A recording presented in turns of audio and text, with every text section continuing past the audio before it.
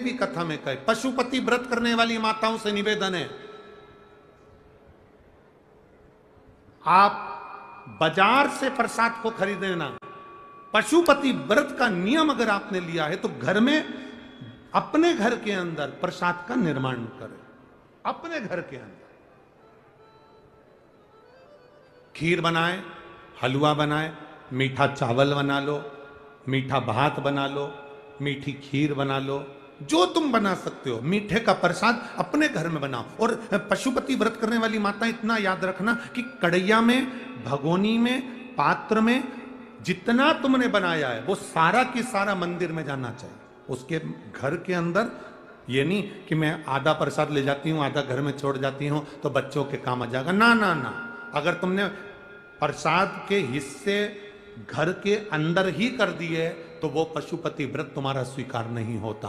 तुमने जो प्रसाद बनाया है, इसलिए शिव महापुराण की कथा कहती है उतना ही बनाओ जितना तुम्हें मंदिर ले जाना है, उतना ही प्राप्त बनाकर ले जाओ जितना तुम्हें मंदिर के अंदर ले जाना है। ये नहीं कि कढ़ैया में ज्यादा बन गया तो आधा घर में छोड़ गई, आधा मंदिर में ले गई, आधा घर में छोड़ दिया और आधा मंदिर ले गई, तो प्रसाद के दो हिस्से तो वहीं पर हो गए, प्रसाद के हिस्से वहीं की वहीं हो गए। इसलिए वो पशुपति व्रत भगवान स्वीकार नहीं करते। आप हलवा बनाया है उतना बनाओ जितना मंदिर में जाकर 3 हिस्से हो जाएं। खीर बनाई है उतना बनाओ जितना मंदिर के अंदर जाकर 3 हिस्से हो जाएं।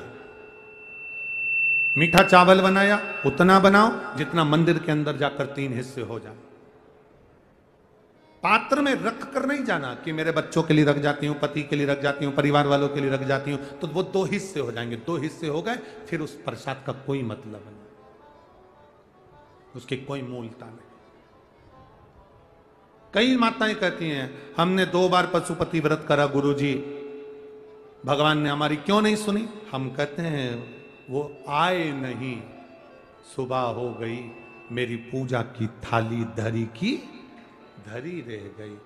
क्यों नहीं आए, कभी विचार करना, जरूर मेरी पूजा में कोई ना कोई कमी रह गई।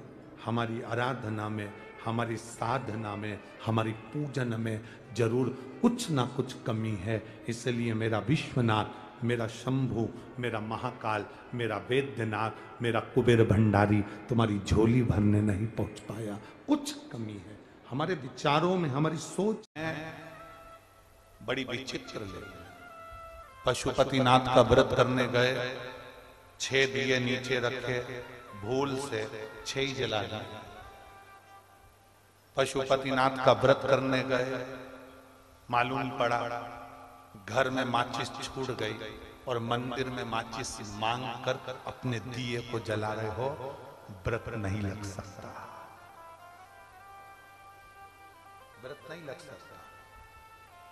शिव महापुराण में पशुपतिनाथ के व्रत में तो यहां तक लिखा है कि अगर बेटी मायके में पशुपतिनाथ का व्रत कर रही है तो ससुराल में जिस घर में उसको दिया गया है, कन्यादान हुआ है, उस घर के अन्न से या उस घर के धन से पशुपतिनाथ का व्रत करे।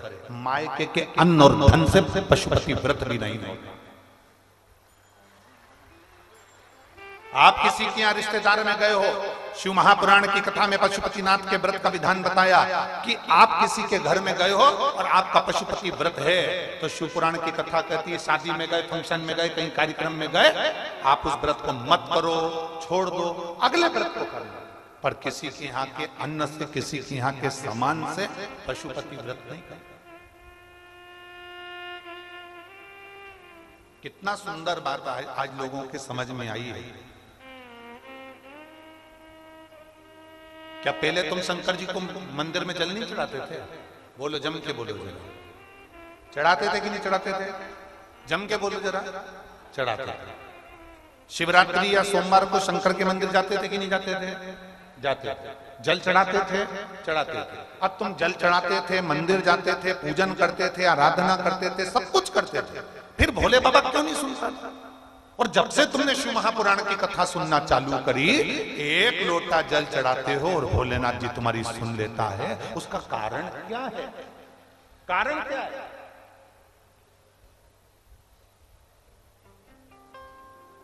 क्या कारण है कि भोलेनाथ जी तुम्हारे 1 लोटे जल से प्रसन्न होने लगे? क्या कारण है कि शंकर भगवान तुम्हारे एक लोटे जल से प्रसन्न होकर तुम्हें वर देने लगे? क्या कारण है कि शंकर भगवान पे चढ़ी हुई बेलपत्र खाने से औषधि होने लगी? उसका कारण क्या? कारण केवल एक है। अभी तक तुम जो जल चढ़ाते थे, मंदिर का लोटा उठाकर मंदिर का ही पानी भरकर शंकर जी को चढ़ा देते थे। अब अपना लोटा, अपना पानी अपने घर से लेकर जाते हो, अपना समर्पित करते हो, तो बाबा भी तुमको खूब प्रदान करें।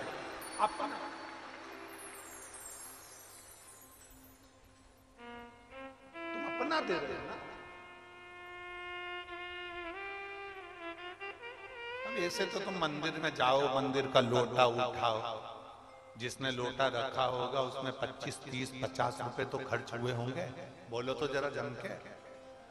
वहां का पानी भरते होगे तो वो जो खड्डा खोदा होगा, बोर लगाया होगा, कुआं खोदा होगा, बावड़ी खोदी होगी, किसी ने तो पैसा खर्च करा होगा। जरा जम के बोलो। अब पानी भी किसी दूसरे का, लोटा भी किसी दूसरे का, और तुमने उठाया और ले जाके 2-4 लोटा टंडेल दिया और सिर पे पल्लू लेके हर हर महादेव। महादेव समझ गए पक्की बेवकूफ बना रही है। इससे फल नहीं है, इससे आनंद नहीं। भगवान भी सोचेगा फिर आई काय को, खाली आ गई, लोटा मंदिर का, बोलते जाओ जल्दी जल्दी, पानी मंदिर का, महादेव मंदिर का। इसीलिए कभी कभी भगवान फिर तुम्हारी चप्पल चोरी करवा देता है, इसी चक्कर कि अरे यो कंजूसड़ी।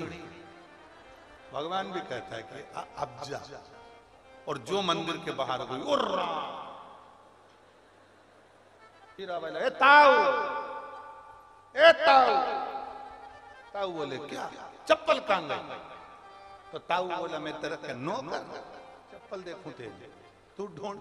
नहीं मिली। 3 दिन तक डिप्रेशन में चली।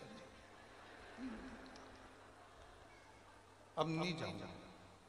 सियोर वाले महाराज ने कहा था जल चढ़ाना, मुझे क्या मालूम था कोई मेरी चप्पल चुरा कर ले जाएगा।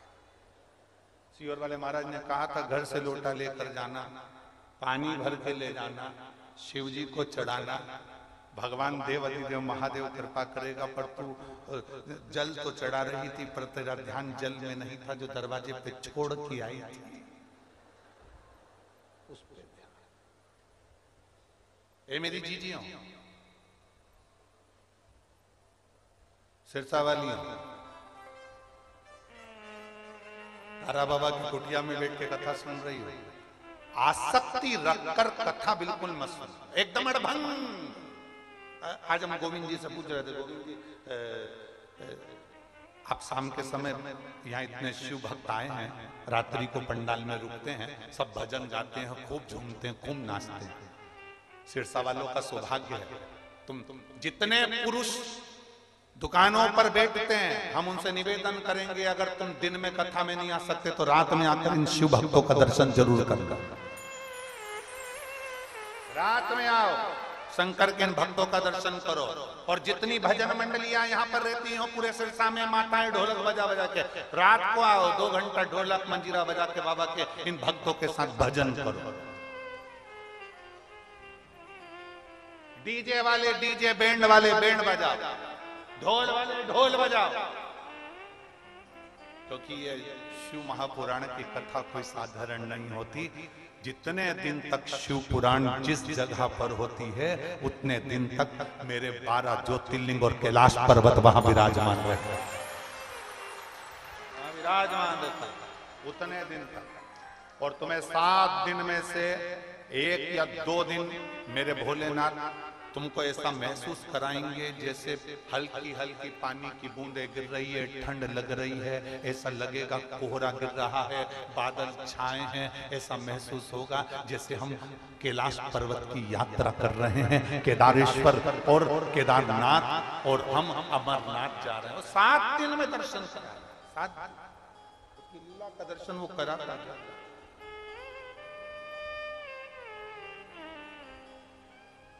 पूरी 7 दिन में 1 दिन वो अपनी लीला का दर्शन जरूर करा था। वो उसने अपनी भक्ति देना सीखी है और प्रदान करता है। कभी ना सुनते। शिव सुनते हैं।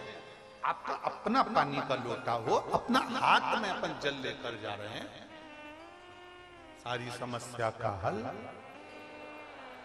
बोल बम का नारा है।